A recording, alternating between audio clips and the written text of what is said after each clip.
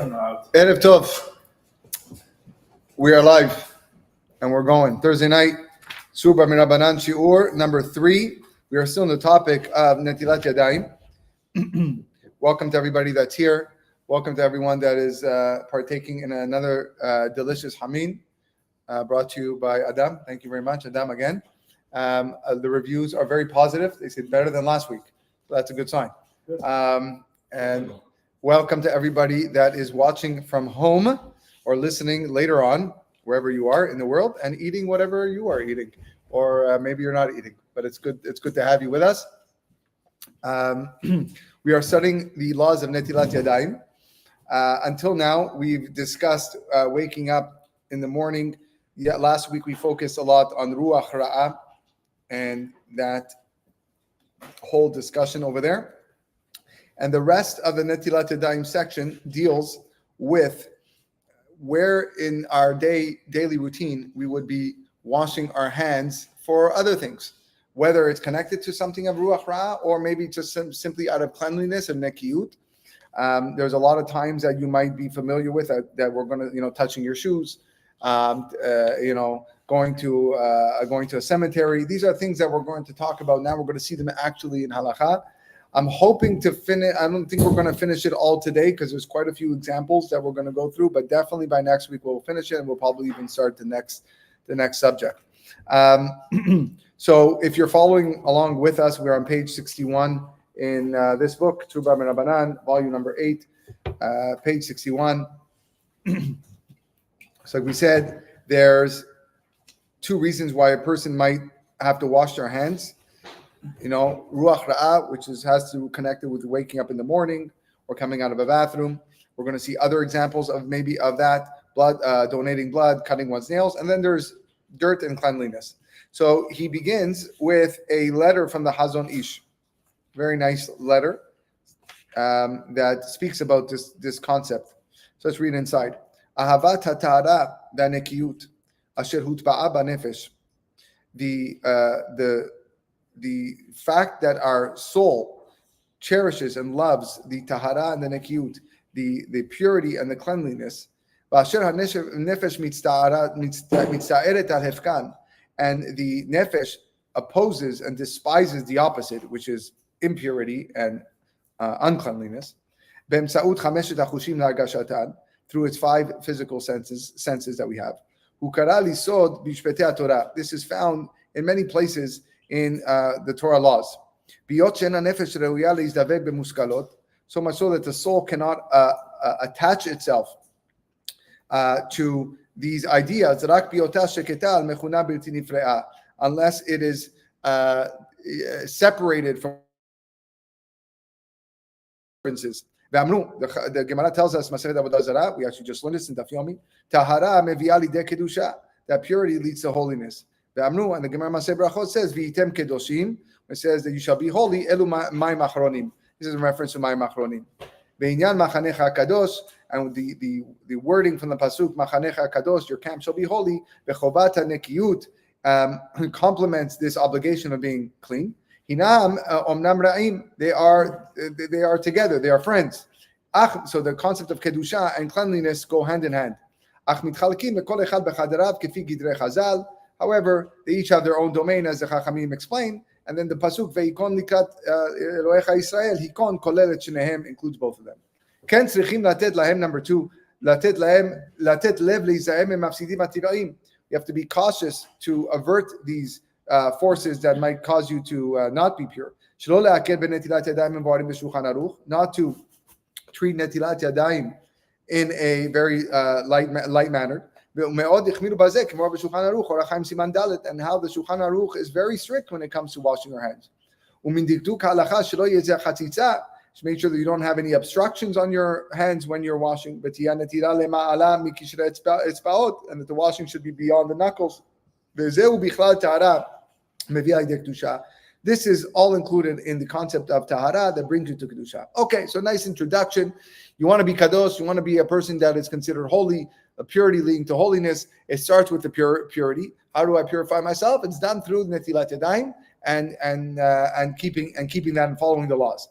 Which brings us to the main halacha that we're going to see today. This is found in Shulchan Aruch, Siman Daled Saif Yudchet. Elu devarim tzrichin netilat b'mayim. These are the things that we require us to wash hands with. Hakam me'amita, rising from bed. Okay, that one we spoke about at length. Vayotze mi bet hakiseh mi bet hamerchatz.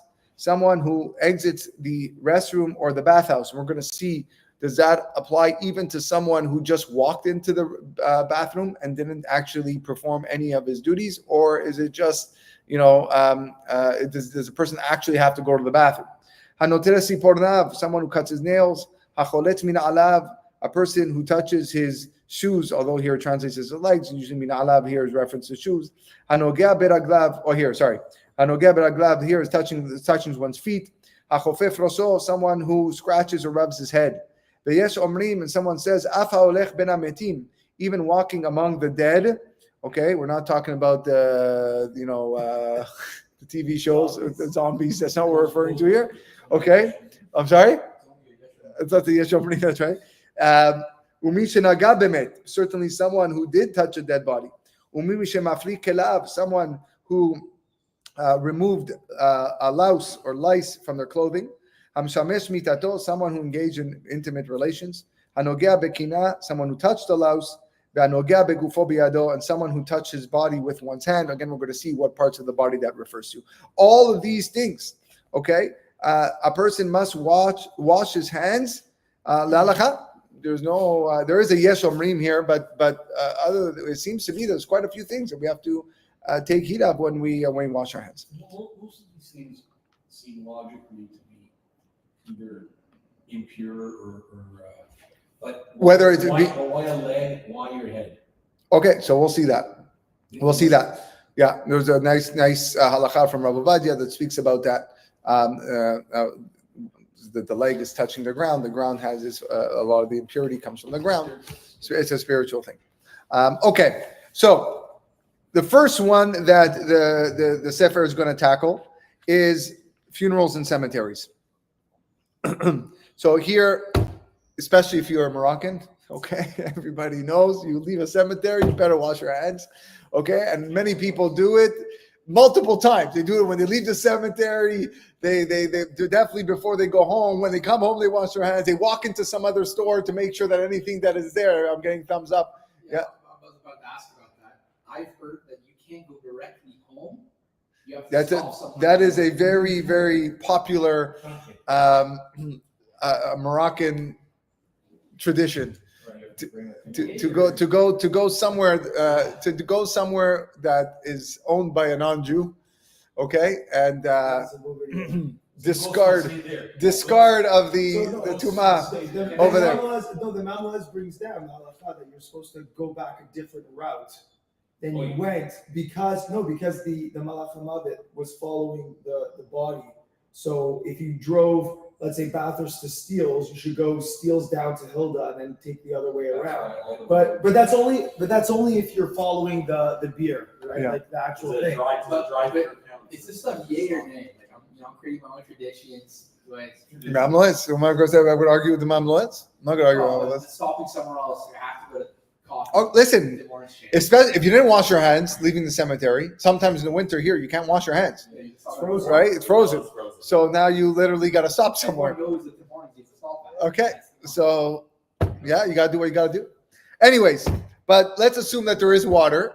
We're going to speak about funerals and cemeteries. So it starts in Masechet Sanhedrin Daf Samech Hey Amud Bet, where there the pasuk in reference to the pasuk Vedoresh el Hametim, which is a love, is one of our commandments in the Torah that you cannot do with someone who inquires of the dead.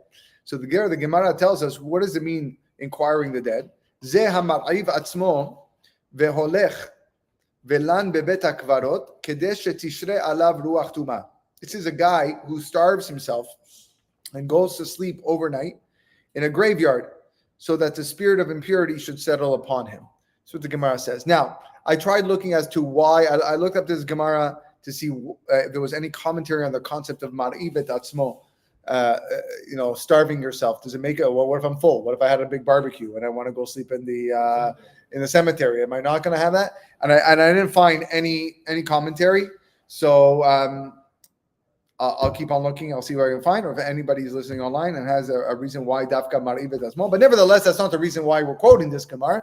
We're quoting this Gemara because there is clearly the Gemara is telling us that there is a ruach tuma in a cemetery, and the Mordechai here says these are the 7 situations where a person must wash his hands. Okay, the person who's walking among the dead, and we'll see the Shulchan Aruch and the Mishnah Berurah explain that there is this concept of ruach ra'ah, an evil tuma in the cemetery, and therefore that's why a person has to wash his hands. Because says Yakut Yosef in Hilchot Avelut.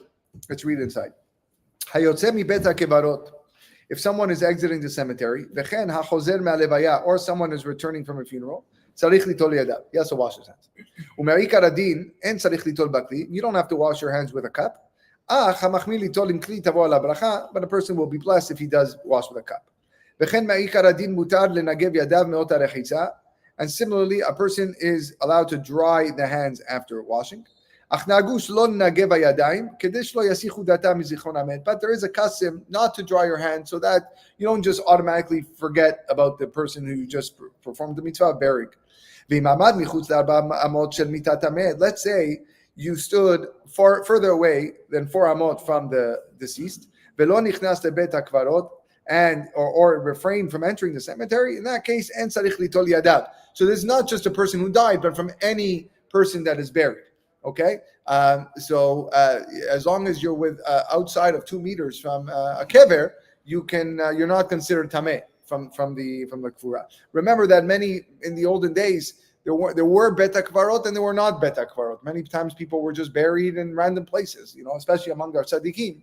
Okay, they're just buried in a me'ara, they're just buried in the forest somewhere like that, right? So one thing is to go in a cemetery where there's a very high probability that you're going to encounter a kever and you'll come within 4 amot and therefore you're going to be tameh. But in other places, I can see a kever from far and it's not really a cemetery. I'm okay. I don't have to wash my hands. However, there are those who are machmir in all situations. There are some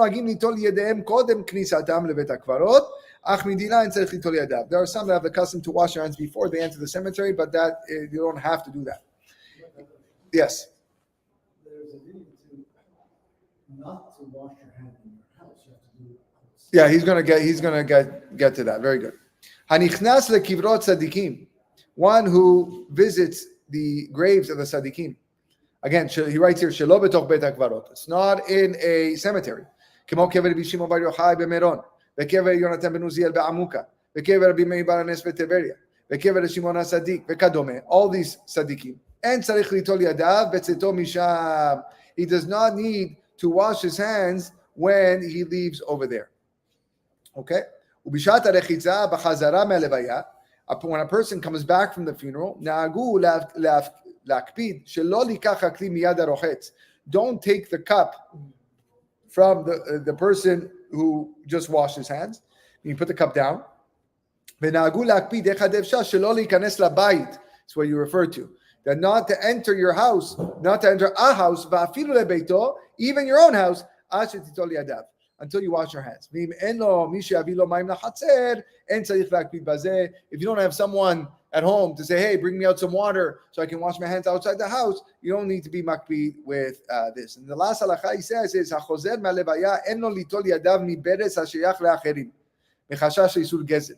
he says you cannot just go to a guy's spout on the side of his house. Okay, by the way, that would be a perfect opportunity to wash your hands before going in the house. Is actually opening up the hose. But here you're talking about your neighbor's hose, okay, or somebody else's hose and washing it, because that would be isur gezel. It's an interesting note brought down here at the bottom that this would only apply when you're in a country where water is scarce. Water is not something that is so fluid like here in Canada, where probably your neighbor is not going to care if you wash your hands for 10 seconds with his hose water. But definitely if a person wants to be makpid and say no, I'm not going to do any of that unless I ask permission, then you got to ask permission. Okay, so that is the That is the situation with funerals and cemeteries. Is the inyan washing in your home or entering the home? Like, okay, I'm home, I'm by myself. Should I go fill up the cup of water, then go to the side or the front yard? I think it's entering the home. Right. Like if you have the if I'm ruach in the ra- home, I could just do Netilat at the Yeah, sink. I don't yeah. have to take the water. No. Yeah, you enter the home, then okay, you can't do it. Another question: I was behind a Rav after a funeral, and he was washing his hands. And when he finished, he actually flipped the cup. Put on drain. Is that something? I have seen that. I don't know where that comes from. There's a lot of minhagim when it comes to death and burial. All we have here is just put the cup down and let someone else take it. Okay, good. So that is one common time where we wash our hands. Let's move on to the next one, which is the bathroom in the bathhouse. So here we begin with a Gemara Masechet Sukkah. Chazina Lele Rava, that they once observed Rava, which is, it's amazing how many times in the Talmud we derive halacha from what they saw another rabbi do. In fact, I love saying this example. Jewish people covering their eyes with their right hand to say Shema Yisrael, Hashem Elokeinu Hashem Echad, is exactly one of those moments. There's a Gemara Masechet Brachot that talks about how Chazin Aleh, we saw so-and-so cover his eyes when he said Shema Yisrael, and that's why we cover our eyes. The mitzvah in the Torah is just to say Shema Yisrael, Hashem Elokeinu, Hashem Echad. That's obviously with kavanah. And if a person doesn't cover his eyes when he says Shema Yisrael, he still fulfills the mitzvah of saying Shema.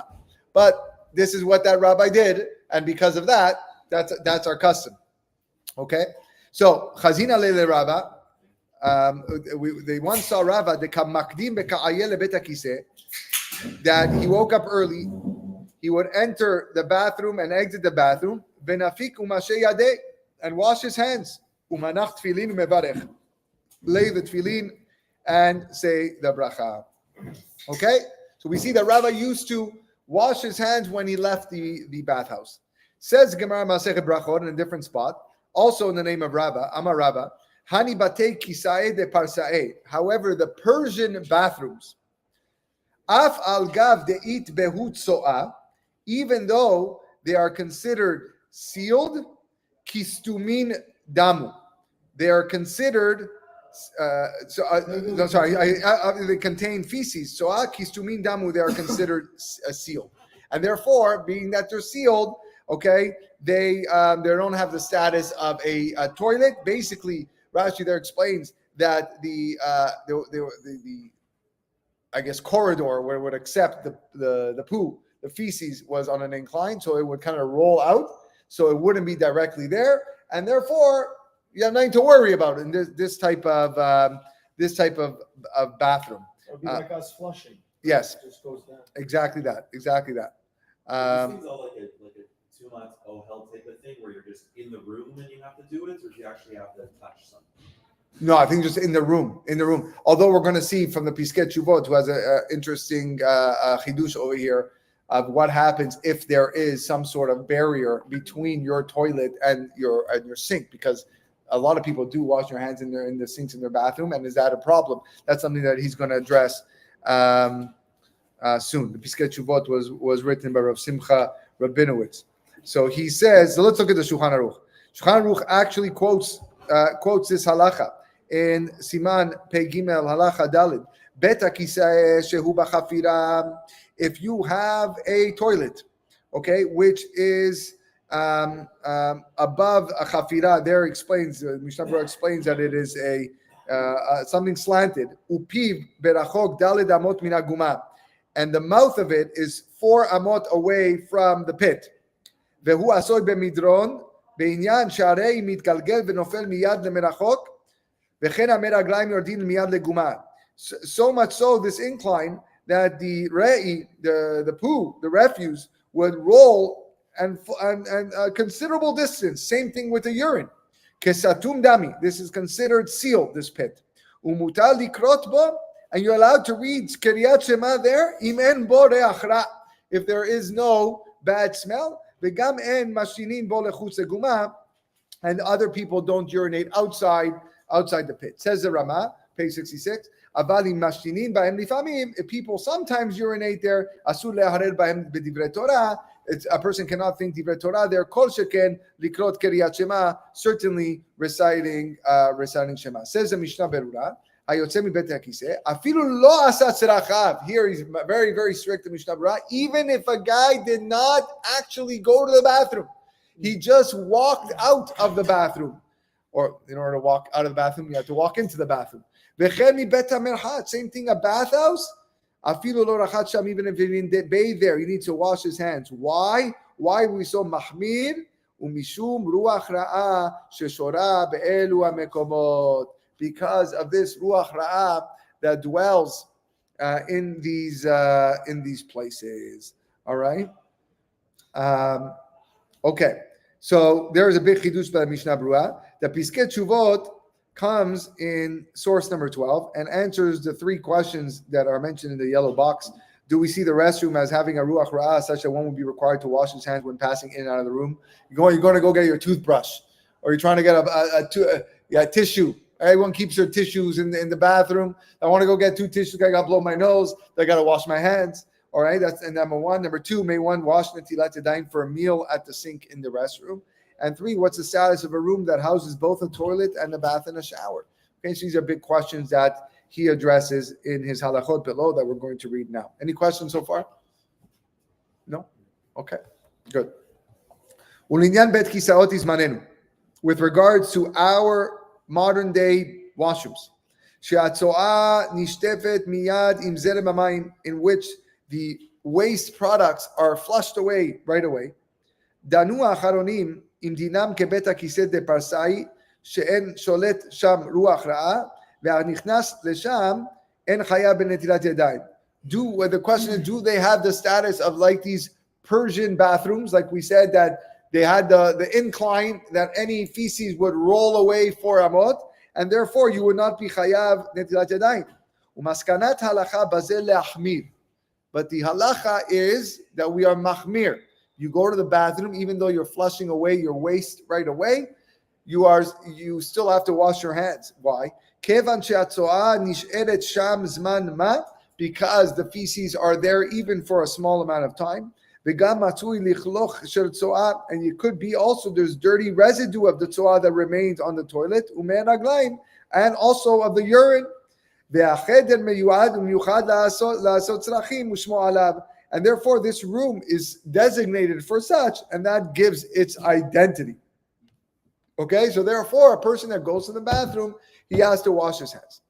Now, if there's other purposes to this room, do you have a sink where people wash their hands and face or brush their teeth? Or there's a shower and a bath. Or and you have a medicine cabinet. Or in Israel, they have their laundry room. They have their laundry machines in the bathroom often. Or sometimes here too. Also, sometimes the bathroom is just a passage to get to the laundry room. People have their house built like that. A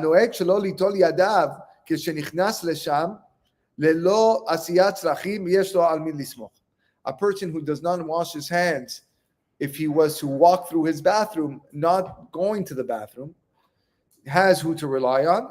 But the person who is strict will be blessed. Even in extenuating circumstances. Sometimes you don't have another place to wash your hands. That you can wash your hands in that sink for the purpose of removing the ruach ra'ah. Or because you want to eat bread, or for morning prayers, or all prayers in fact. But one thing is for sure, don't say a bracha in the bathroom. You can't say a bracha in the bathroom. And really, Yetzeh Misham, he should leave the room while his hands are still wet, and then dry them outside. And if he's able to remove the water and wash outside altogether, that's even better. And you should know,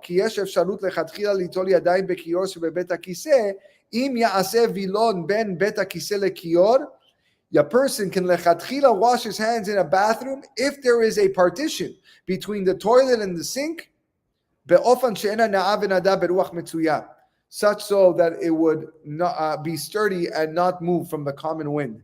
ויש אומרים שדי בצורת הפתח גרידא. Some say that even a symbolic doorway is sufficient. All right, so there's some in fact, one of my bathrooms, okay, you cannot, from where you are washing your hands in the sink, you cannot see the toilet. There is a wall that is blocking the toilet. You can't see it.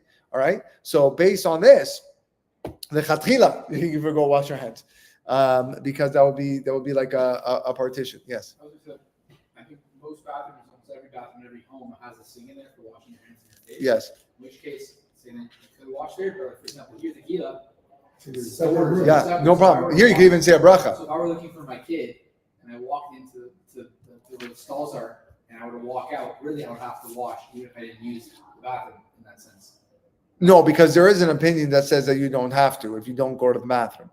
So Right. Doesn't the toilet seat, doesn't that count? Like, why wouldn't that be Interesting. sufficient? Interesting. As long as it's Mind you, speaking of toilets, you do have doors blocking the toilets. You have the stalls blocking the toilet, right? So you're asking, does a toilet seat act as a stall? Maybe. Yeah, it's Oh, okay, the public washroom, urinals, fine. But in the back, you're saying at home? At home, yeah. Oh, you're talking about the main toilet seat. Yeah, I like the top one. Not the rim toilet. Not the other one that you keep up, the first one that you keep up. Yeah, the full closure one. The full closure. Interesting question. It Yeah, might so be have to considered. closed all the way, all the time. It might be considered some sort of part. But the Chamim ruled is like a strong partition. Then okay. I would definitely say that the doors and the stalls, that is for sure a partition. But good question. Good question. Okay, so there you go. So lechatchila, if you got a partition, you can for sure wash your hands in the bathroom. And there are those to rely on if there is no partition. But if you if you just go there without going to the bathroom, again, best to wash your hands, tavo ala bracha, but I don't believe many people actually practice this, especially that a lot of our bathrooms are really just an alleyway to get to another room, or because we need to go get something from the bathroom very, very often. We do. But it should also remind us that the bathroom is a makom tuma, and you know, there is a form of ruach ra'ah there, and maybe a person should do his utmost not to enter bathrooms when he doesn't need to enter the bathroom. If you have a mirror, you know, a lot of people have mirrors in the bathroom, like you're getting changed and you want to look yourself in the mirror. Don't, okay, there's a halacha not to look in a mirror, okay, but for men not to look in a mirror. I spoke about that one. But let's assume that we're looking in a mirror and it's okay. But you have other mirrors in your house. Go look in a mirror in your I don't know, downstairs in a different mirror while you're getting dressed or you're fixing your tie.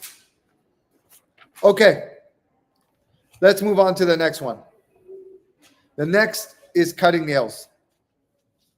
Here, the Gemara Masechet Psachim says, "Deshakil tufrei velo mashi yadei." One who cuts his nails and does not wash his hands, mafchid chad yoma velo yada ma'ika mafchid. He will be afraid, but he's not going to know why he's scared. All right? Yeah. This would also count biting nails. This is another ruach ra'ah one. Yes.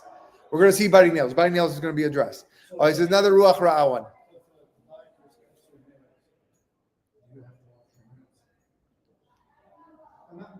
So if someone, you're saying someone else cuts your nails for you.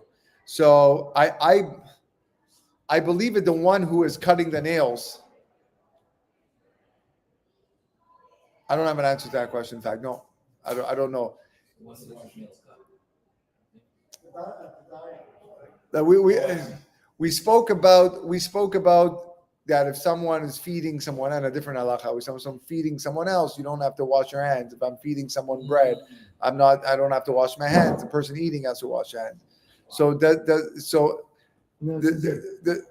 are you addressing it? Okay, fine. Also, we'll look at it. Okay, fine. So we'll get to it.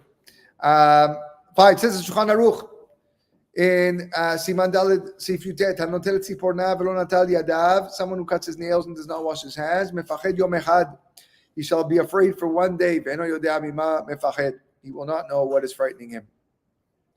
Okay. Now, what all these questions that we've been just asking now, what if it's just one nail? What if it's nail biting? What if he habitually cuts or bites his nail? So let's see what the Piskei Teshuvot says. Kabbalistic stuff in it, and not. I think he's just quoting the Gemara. You almost supposed to go out for halachot, the halacha part of it. Yeah, Interesting.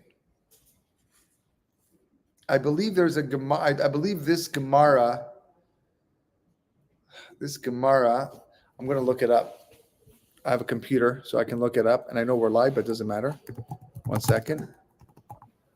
Pretty sure this. It's right at the start of it. No, it's not this Gemara.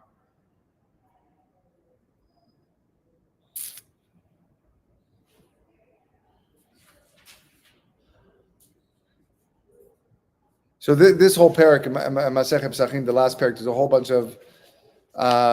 bunch of statements from the Talmud that deal about a lot of things that you should be worried about, and a whole lot of voodoo stuff. But this is one of the things. Okay, I was thinking of another Gemara. I thought it was there, but it was not. So let's see what the Piskei Teshuvot says. Ben miadav, ben miraglav. Whether you cut your hands nails or your foot nails. Ben mimkatetz umisparayim v'kadome. Whether it's with a clip or scissors. Ben biadav u'beshinav. With your hands or your teeth. Va'afilu natal rak tziporen achat. Even if you just cut one. Tzarich litol shtei yadav ad haperek. You have to wash your hands until the wrist, ulefachot ad sof kishrei tzbe'otav, at least until the base of the fingers. Ulechatchila gimel pe'amim lesirugin, ideally 3 times alternately. Umeikar adin dai berechitzat mayim pam achat kol yad, and by the strict letter of the law, okay, you just really need to do once per hand. Achlo sagi bishar midi demanke, but if it's not water, it won't help you. Some have excused those who do not wash their hands after cutting with your teeth, or those who bite out of habit, or they're doing it out of anxiety. And someone who is cutting someone else's nails, the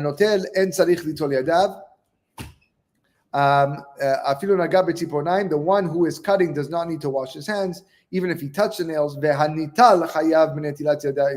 answers your question. The one who is being cut, the one who is getting his nails cut, has to wash. Says the Yakut Yosef, Hashomea bracha o kaddish be'et shenoter sipornav, one amen achar bracha o kaddish.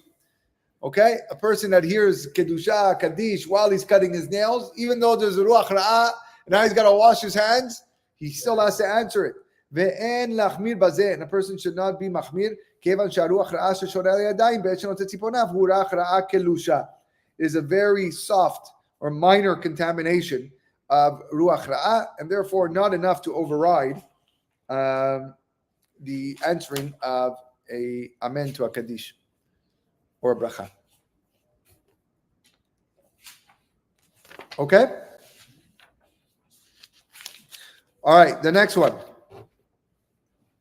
The next one is touching parts of your body, concealed parts of your body. Says the Bet Yosef. Bet Yosef says, Rabbeinu Agadol Mari Abuhav. Rabbi Abuhav says, Katvam b'siman zayin b'shem orchot chayim ve'osif aleim v'yesh omrim afa nogea bekina, someone who touches a louse, v'yesh omrim afa nogea begufo biyado, someone who touches concealed areas with his hands. Says the Mishnah Berurah, ve'ayem b'derech ha'chayim dehu adin im naga begufo bimkomot hamchusim shesham hu mekom ze'ah. This is talking about someone who touches parts of his body, concealed parts of his body, which are places of sweat.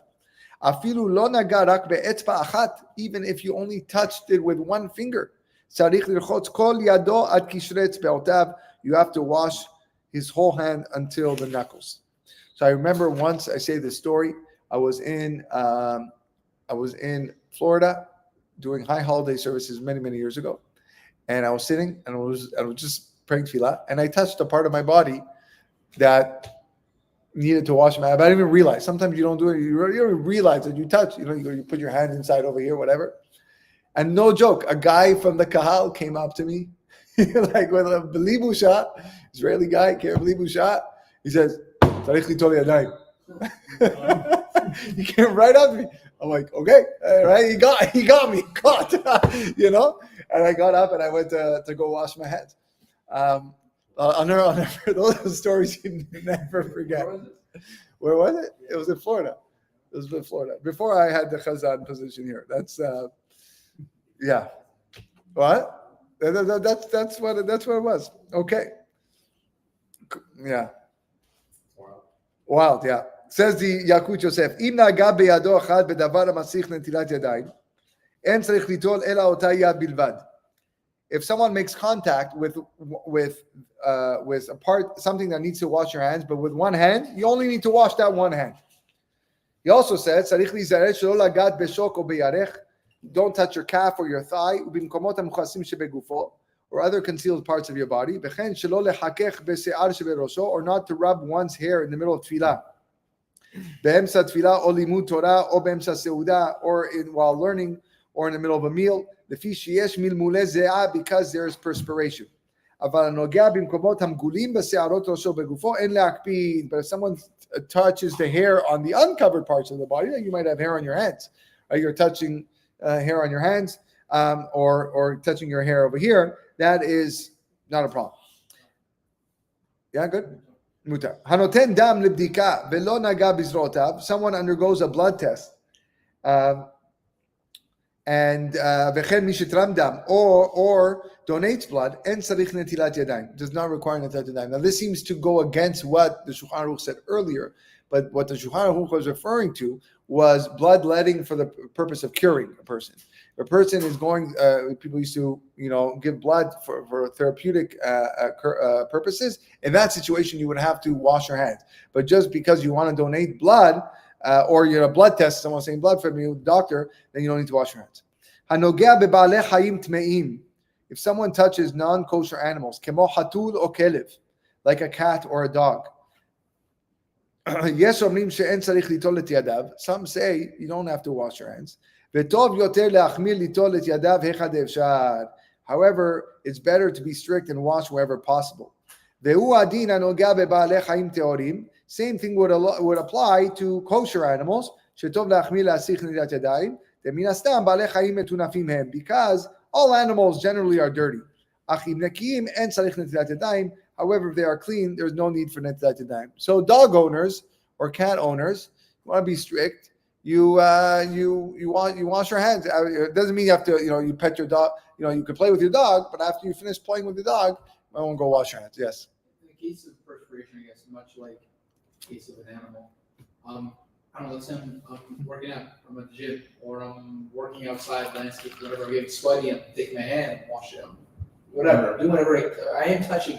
When do you have to wash it like that? Is this just, when you're finished doing all those things, should you really avoid touching yourself when you're in an area where you're sweating a lot? You're allowed to sweat. No one's saying you're not allowed to sweat. But I'm going like that.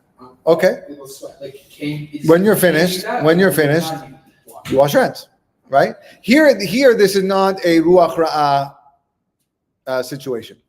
Remember, there are certain things you wash your hands with ruach ra'ah, and there are certain things with just simply nekiyut, cleanliness. This is a cleanliness factor. But we're still mandating it, it seems, right? Like, there's you're touching a part of your body that is sweaty, especially when you're learning or you're in parts of tefillah, then something that, It's not real for us, do I have to use a cup? No, you don't. None of this. You don't have to use a cup. You don't have to use a cup here. Just wash your hands. Wash your hands. Yeah. Says the Piskei Teshuvot. We've seen him a lot today. Let's say you just came out of the shower. You're clean. Okay? You're not perspiring. And chiyuv netilat yadayim. There's no obligation to wash your hands. Because of the principle of lo plug.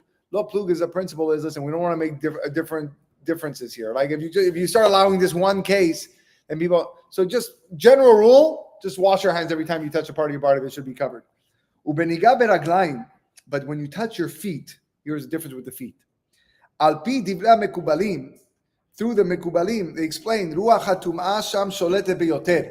there is more evil. There's more impurity by the feet more than any other part of the body. ויש להחמיר ליטול ידיים היטב בנגיעה שם, אפילו עלה עתה מן הרוחצה ונקיים הם. Even if you just walked out of the bath, you sat there and you scrubbed your feet for 20 minutes in the bath, okay, and they're cleaner than you've ever been before. You got a pedicure, you don't have dry skin, it's like pristine. You touch your feet, we wash our hands because of the ruach hatuma that's there. והגדרת מקומות מוכסים שבאדם תלוי לפי הזמן, בקיץ ובחורף והמקום. What does it mean, concealed places? It depends on the person and the season and the place. כגון, במקומות שהדרך ללכת בזרועות ומפרקים מגולים, if you're in a place where people walk with their forearms or elbows uncovered, אין חיוב נטילה בנגיעה שם. You don't have to wash your hands touching these places. אף על פי שיש שם זיעה, even though there might be some sweat. כשם שאין דין חיוב נטילה בנוגע בזיעה שבפניו, ומצחו וכפות ידיו. Just as there's no obligation to wash after touching, like you said, your sweaty forehead or face. I can't remember where I read it. I don't know if it was down here in the notes. No, I don't see it here. It could have been. I looked up the Yadayim. There's a certain amount of ruach, not ruach, of tumah in the ground, and that's why the feet, especially if a person walks, or maybe it's not here, or maybe it's in the next one. It could be in the next touching shoes one where he speaks about it. Yeah, I think that's where he speaks about it. That if your feet touch the ground, it's there's certainly a certain level of tumah over there. 22. Okay, thank you. Yeah, that's where I read. I knew I read it somewhere. Okay, there is here number 17 as at the bottom, as in the Yakut Yosef also writes that teachers should ideally instruct children wearing shorts not to touch their legs while they are learning Torah during tefillah. Nevertheless, in places where wearing shorts is common, it would seem that based upon the Piskei Teshuvot, the legs would not be considered concealed areas of the body, and washing hands would not be absolutely required. All right. Okay, good. I'm just looking at our time. We're at 42 minutes. Should we stop here? Yeah, maybe we'll stop here. Maybe we'll stop here, and then we'll complete the Netilat Yadayim section next week. Mirza Hashem. Okay, everyone. Have a great night. Thanks, sir.